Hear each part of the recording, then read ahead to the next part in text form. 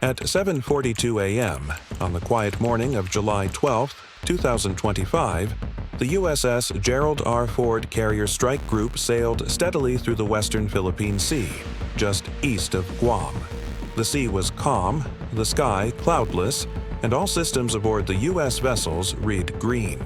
For the sailors aboard, it felt like just another day at sea. No alarms, no warnings. But thousands of feet above, trouble was brewing. Flying high in international airspace, 3 Chinese Y-20 transport aircraft cruised silently.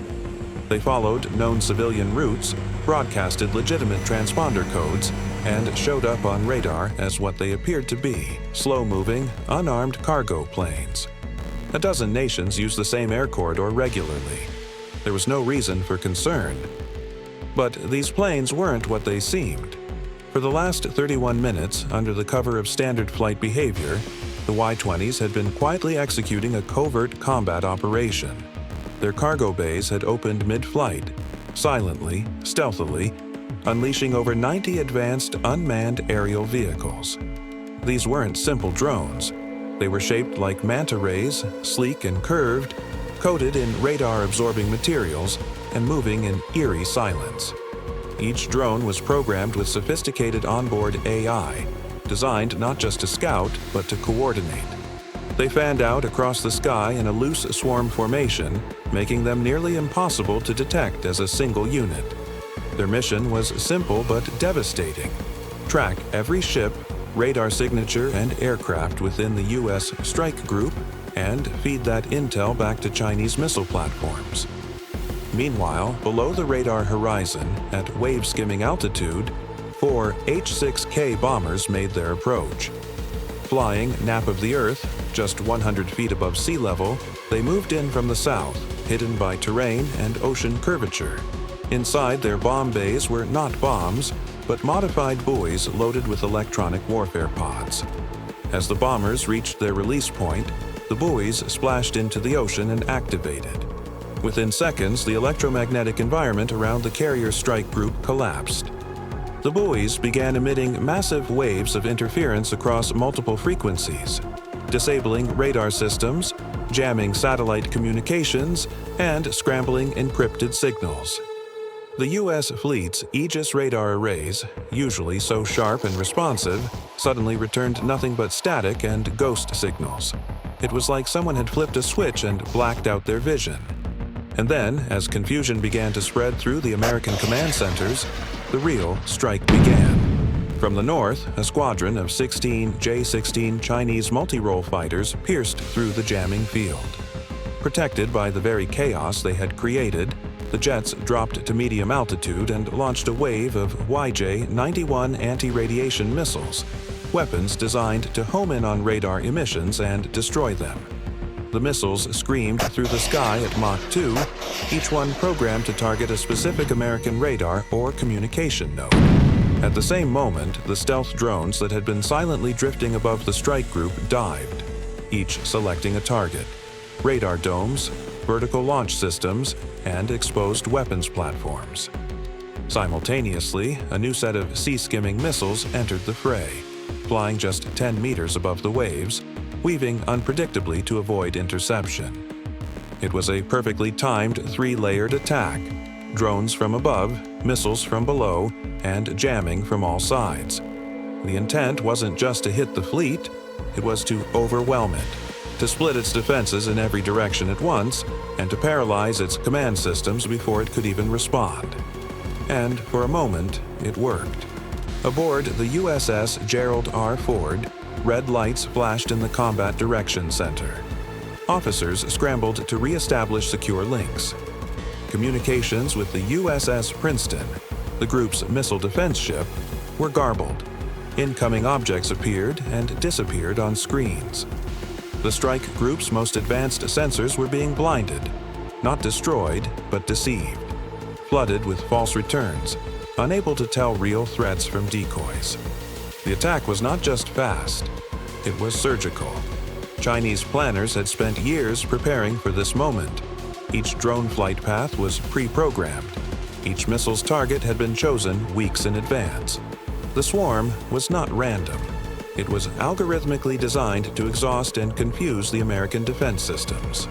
In war games, attacks like these often resulted in a fleet losing half its capability within minutes. But the Chinese had made one critical miscalculation. The Americans were ready. Aboard the USS Princeton, the Aegis combat system kicked into high alert. While Chinese jammers tried to block communications, a U.S. E-2D Hawkeye early warning aircraft switched to low-frequency radar that cut through the noise. Within seconds, targets were locked. The ship's computers shared the data across the strike group in real time. The USS Chancellorsville launched 8 SM-6 interceptor missiles straight up. Onboard gun systems spun to life. Overhead, FA-18 Super Hornets received target data and fired air-to-air missiles into the swarm of Chinese drones. In seconds, dozens were shot down mid-air. The USS Gerald R. Ford moved to full battle readiness. Blast doors were sealed, damage control crews took position, and despite the chaos, the U.S. defenses held strong. Only one Chinese missile got through, hitting the Chancellorsville and damaging its radar mast. Everything else was stopped cold. This wasn't luck. It was years of investment in layered defense, real-time targeting, and fast communication. America's combat systems had been built for exactly this kind of moment. Beijing had hoped to catch the fleet off guard, but instead of panicking, the U.S. strike group was already preparing to strike back. At 8:11 a.m., just 29 minutes after the first Chinese drone appeared, Washington gave the green light for a counterattack. What followed was not a simple response. It was a show of force. Within 6 minutes, 24 F-35C stealth fighters launched from the USS Gerald R. Ford. Using electromagnetic catapults, they soared into the sky, then dropped to sea level, flying in formation. Some were tasked with securing the skies, others with deep strikes. Electronic warfare jets followed close behind to jam Chinese systems. Then the FA-18 Super Hornets launched, carrying long-range cruise missiles, each capable of hitting fortified bunkers from hundreds of miles away. But the U.S. wasn't relying only on aircraft. From the USS Zumwalt, 80 miles away, experimental electromagnetic railguns fired tungsten rods at hypersonic speeds. These non-explosive projectiles struck with devastating force, targeting radar stations on Hainan Island. Meanwhile, high above, MQ-9 Reaper drones scanned the battlefield from 45,000 feet. They streamed live data from Chinese radar and command sites directly to U.S. ships and jets. Then came the cruise missiles. 3 Arleigh Burke-class destroyers launched 28 Tomahawk Block 5 missiles. These advanced weapons flew close to the ocean surface, using digital scene matching to guide them to their targets with deadly precision. The targets: Longtian Air Base in Fujian, home to the J-16 attackers, a radar facility near Lingshui, fuel depots, satellite uplinks, command bunkers. Every part of the Chinese military network was on the list. And as the U.S. jets jammed Chinese communications and hunted enemy submarines, the strike wasn't just about defense, it was about dominance. At 8:49 a.m., the first Tomahawk missile crossed into Chinese airspace at just 50 feet off the ground. It flew low, avoiding radar, scanning the terrain, matching every curve of the land. It hit Hangar C at Longtian Air Base, where 6 J-20 stealth fighters were parked. The explosion ripped through the hangar, destroying them instantly. Next, a railgun round from the Zumwalt smashed through a command bunker. The impact didn't just break concrete, it imploded it. On Hainan Island, a key satellite station went silent. U.S. satellites overhead saw the signal disappear in real time. By 9:07 a.m., the Chinese Southern Theater Command had suffered massive losses. 37 fighter jets destroyed or grounded, fuel tanks burning, command centers turned to rubble, hundreds of personnel either dead, injured, or cut off from orders. Videos of smoke rising from Chinese bases leaked online. Civilian footage hit the internet before the government could censor it. But the real panic came from inside the Chinese military. Their warships were on alert. Their weapons were armed, but they had no orders, no targets, no command structure left.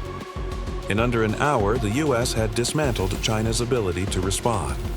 If you want to see more real war footage like this, subscribe to our channel.